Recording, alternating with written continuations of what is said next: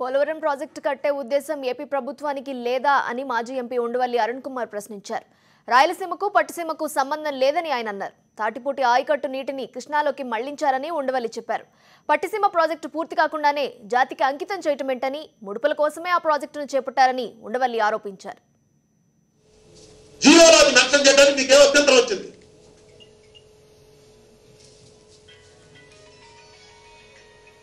పదిహేనవ తారీఖున జాతికి అంకితం చేశారు. జాతికి అంకితం అంటే అర్థం ఏంటి?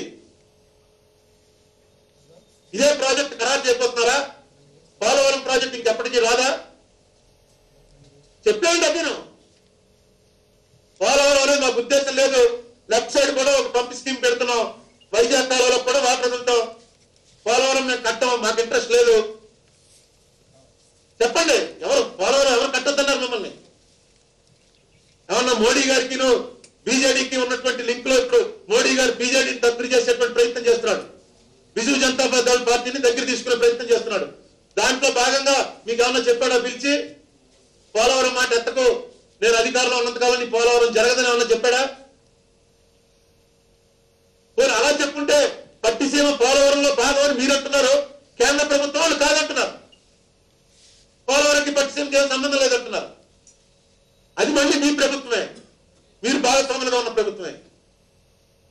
అసలే రాష్ట్ర విభజన తర్వాత ఏం అర్థమైపోయి ఏం జరిగిందో తెలియకుండా ఉంటే మీరేదో కొత్త పరిపాలకులు ఎక్స్పీరియన్స్ ఉన్న వాళ్ళని తీసుకొచ్చి పెడితే ప్రతిదీ కన్ఫ్యూజన్ లో పెట్టేస్తుంటే ఏంటి చెప్పడానికి మీకు అభ్యంతరం ఏంటి? అంటే జీవోలో కూడా మోసం చేయొచ్చా? ప్రభుత్వం కూడా మోసం చేయొచ్చా? అంటే జీవోలో పెట్టడానికి నష్టం ఏంటండి? నిజంగా జీవోలో పెడితే ఆంధ్ర ప్రాంత ప్రజల ఇంట్రెస్టులు దెబ్బతింటాయి కాబట్టి మేము జీవోలో పెట్టలేదంటే అసెంబ్లీలో ఎలా చెప్పారు? అసెంబ్లీలో ఆంధ్ర రికార్డు చెప్పింది జీవో కన్నా పవర్ఫుల్ కదా. నాకైతే అర్థం అవ్వట్లేదు కదా. కనీసం మీ ద్వారా ఎవరైనా వచ్చి వీటికి వివరణ ఇచ్చినట్టయితే ఈ ప్రభుత్వం కూడా కొంచెం బాధ్యత ఉందిరా అనుకునేటువంటి అవకాశం వస్తుంది తప్ప, లేకపోతే వీళ్ళు తీసుకొచ్చి గోదావరి కృష్ణలో కలుపుతారో లేదో తెలియదు కానీ గోదావరిలోను కృష్ణలోను ఈ రాష్ట్ర ప్రజల్ని మాత్రం ముంచి తీరుతారు. వరద ఎప్పుడంటే అప్పుడు తీసుకెళ్ళి మనం ముంచేయడానికే ఈ పథకాలన్నీ తప్ప వీటి పర్పస్ అనేది ఏం ఉండదు. ఇది నేను చాలా బాధతోటి ఆవేదనతో చెప్తున్నాను. నేను ఏ పార్టీలో లేను, ఏ పార్టీలో చేరే ఉద్దేశం కూడా లేదు నాకు. ఈవేళ ఆంధ్రప్రదేశ్ ఉన్నటువంటి పరిస్థితులను బట్టి మనం ఎఫర్ట్ చేయలేం. ఇంత పెద్ద large sums of kick backs, ఇంత డబ్బులు తీసుకుని డబ్బుల కోసం ప్రాజెక్టులు పెడుతుంటే మనం ఎఫర్ట్ చేయలేం. ఆ బాధతో చెప్తున్నాను. ఎవరో ఒకళ్ళు వచ్చి చెప్పండి, ప్రభుత్వం తరఫున బాధ్యత కలిగినటువంటి వాళ్ళు ఎవరో ఒకళ్ళు వచ్చి చెప్పండి. సహనం కోల్పోకుండా చెప్పండి. ఎందుకంటే నాకు తెలియదు. నాకు కేవలం నాకు వచ్చిన ఇన్ఫర్మేషన్ బట్టి అడుగుతున్నాను. అర్థమయ్యేలా చెప్పండి. నేను తప్పని చెప్పి ప్రూవ్ చేయండి, నేను చాలా హ్యాపీ ఫీల్ అవుతాను. మీరు మాట్లాడుతూ జగన్ 1,00,000 కోట్లు అంటూ సభలో మాట్లాడలేకుండా చేస్తున్నారు అని అంటున్నారు. అంటే అతను చేసింది మీరు సమర్థిస్తున్నారా సార్? ఇప్పుడు ఎలా ఉంటుందంటే అండి, 1,00,000 కోట్లు కాదు, కోటి కోట్లు తినేసిన అతను అపోజిషన్ లీడర్. అతను లేచి ప్రతిపక్షం తరఫున ఒక ప్రశ్న వేస్తాడు. ఆ ప్రశ్నకి సమాధానం చెప్పాలి కానీ 1,00,000 కోట్లు తినేసి నువ్వు ప్రశ్న అడగడానికి నీకు అర్హత లేదని వాళ్ళు కూర్చుంటారు. ఇది ఎక్కడ ప్రజాస్వామ్యం అండి? అతను ఓట్లేస్తే వచ్చాడా? ఇళ్ళు వచ్చినట్టే వాళ్ళ పార్టీ వచ్చింది. మీరు చూడండి, అసలు ఏ డిబేట్ అయినా అచ్చెన్నాయుడు పుచ్చజ్యోతిలో వేస్తారు, అక్కడతో క్లోజ్ అయిపోయిందంటే. లేచి గట్టి వచ్చేటప్పటికి వాళ్ళు నేను ఎందుకు అనుకుంటున్నానంటే వాళ్ళు కూడా నమ్ముతున్నారేమో, నిజంగా మనం 1,00,000 కోట్లు తినేసాం కాబట్టి మనం ఏం మాట్లాడుకుంటున్నారని కూర్చుంటారేమో. నేను ఛాలెంజ్ చేశాను. 1,200 కోట్లకు ఛార్జ్ షీట్లు వేస్తే నువ్వు ఎందుకు 1,200 కోట్లు ఉందని చెప్పి చూపించావు? 360 కోట్లు నాకున్నాయని ఎలక్షన్ కమిషన్ కి ఎఫిడవిట్ ఇచ్చాడు.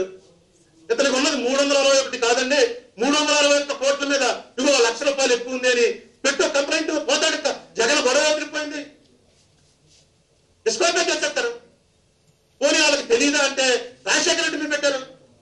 రాజశేఖర రెడ్డి కింద కోర్టులో ఎక్కితే హైకోర్టుకు వచ్చారు. రాజశేఖర రెడ్డి కూతురికి పసుపు కుంకుమ కింద రాసి ఇచ్చిన ల్యాండ్ ట్రాన్స్ఫర్ అవ్వకపోతే ఇదిగో ఈ ల్యాండ్ ఇతను చూపించలేదు అని చెప్పి తెలుగుదేశం పార్టీ డైరెక్ట్ అయింది. సీఎం అయిన తర్వాత రాజశేఖర రెడ్డి ఈ ల్యాండ్ ఇతను తప్పు చూపించాడు కాబట్టి 10 ఎకరాలు ఇతన్ని డిస్క్వాలిఫై చేయాలని కోర్టుకు వెళ్ళారు. కింద కోర్టులో కొట్టేస్తే పై కోర్టుకు వెళ్ళారు. చివరికి కోర్టు ఏం చెప్పిందంటే అన్ని ఆస్తులు ఇచ్చి ఈ 10 ఎకరాలు చెప్పకపోవడం అనేది అతను తప్పు చేశాను, ఇది పొరపాటే తప్పు కాదు, పొరపాటు స్లిప్ అయిందని అన్నాడు కాబట్టి ఆ వాదన అంగీకరిస్తున్నాం, చేయక్కర్లేదని చెప్పి కోర్టు తీర్పిచ్చింది. ఇతను డిస్క్వాలిఫై చేయక్కర్లేదు. ఈవేళ జగన్ బోర్డు కేసులో ఉన్నటువంటి మనిషి చూపించు నువ్వు అసలు ఆ 360 కాదండి బాబు, ఇతను 1,00,000 కోట్లు అక్కర్లా, ఓ 10,000 చూపిస్తే చాలు. ఒక ఆస్తి కానీ ఒక కారు కానీ ఏదైనా సరే ఇతని పేరున డిపాజిట్ అయి ఉన్నది, అక్కడ చూపించలేదు ఎలక్షన్ కమిషన్కి ఇచ్చిన దాంట్లో అని చెప్పి చూపిస్తే క్లియర్ గా ఉంది రూల్ ప్రకారం హీల్ బి డిస్క్వాలిఫైడ్. మళ్ళీ బై ఎలక్షన్ వస్తుంది, అతను ఎలక్షన్ నుంచి ముందు బయటకు వెళ్ళిపోతాడు, అసెంబ్లీ నుంచి బయటకు వెళ్ళిపోతాడు. ఎందుకు చేయట్లేదు?